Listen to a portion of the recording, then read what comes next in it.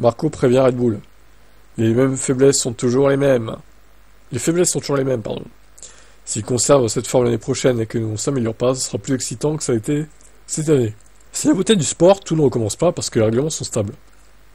Alors oui, du coup en 2025, effectivement, le règlement est stable.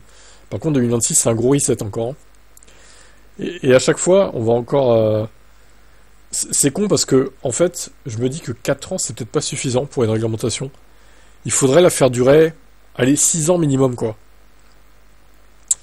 Parce que là, depuis le 2022, bon, 2022, c'était pas une saison très serrée. 2023, c'était une saison horrible. 2024, c'était mieux. Et 2025, sur le papier, en vrai, ça peut être super. Maintenant, à voir, quand même.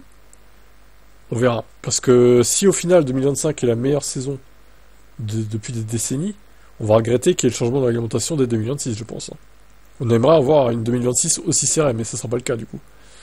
Bon, je continue ce qu'a dit Marco, mais nos faiblesses sont toujours les mêmes. On arrive sur la piste et toutes les simulations et les résultats de soufflerie ne sont pas en corrélation avec la réalité. Les voitures se trouvent dans une fenêtre de travail beaucoup trop étroite de ce qui fonctionne. Notre équipe a donc beaucoup à faire. Les différences sont de plus en plus faibles. McLaren est stable avec son duo de pilotes. Et bien sûr, ce sera intéressant avec Ferrari. On doit attendre de voir ce qui se passe avec Ferrari.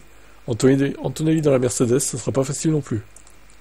Mais je vois un avantage dans le fait qu'avec Max, on a un numéro 1 clair. Oui, alors ça, c'est tout de suite dirigé vers le futur numéro 2. Alors, je sais pas, ça sera peut-être Lawson, du coup. D'après les rumeurs, hein, au moment où je fais la vidéo, on ne sait pas encore. Mais a priori, ce sera plus Perez. Donc, voilà. Et ça veut bien dire que Lawson, même s'il signe, ça sera un larbin de Max aussi. Hein. Faut pas s'attendre à autre chose. Hein. Dommage, cette politique chez Red Bull.